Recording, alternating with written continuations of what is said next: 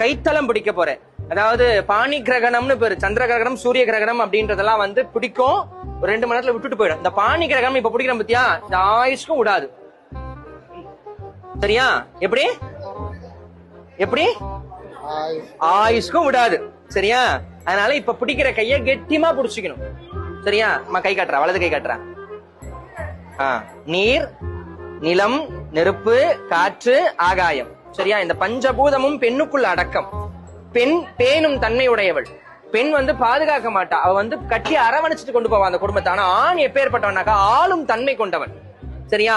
அதனாலதான் அவனுக்கு ஆண்மகன் பேரு, ஆளும் தன்மை உடையதால் அவனுக்கு ஆண்மைன்னு பேரு. சரியா? அப்ப நான் அவளை பாதுகாப்பேன் அப்படின்றதுக்காக இப்படி பிடிக்கணும் கையை. எப்படி பாப்போம்?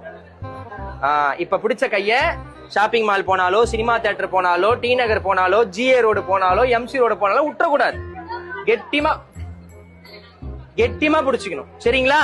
29 வருஷமா ஐயரண்ட திங்களாய் அடிவயிறு நொந்து பெற்று இவ்வளவு பெரிய ஆளா வளர்த்து குட் ஹேபிட்டோட, ஓகேவா? ஆமா தானே? குட் ஹேபிட்டோட கிளீனா ஒரு பையனை யார்கிட்ட ஒப்படைக்கிறோம்? உங்ககிட்ட ஒப்படைக்கிறோம். அதை நீ எப்படி பாத்துக்கணும்? கண்ணை இம காக்குற மாதிரி தன்ச பாத்துக்கணும். குழந்தைய வெங்காயம் எல்லாம் உரிக்க விடக்கூடாது, கண்ணுல தண்ணி வரக்கூடாது எங்க குழந்தைக்கு. சரியா? ஏதாவது வேணும்னாக்கா நீ ஆர்டர் பண்ணி சாப்பிடு, குழந்தைய சமைக்க சொல்லாத.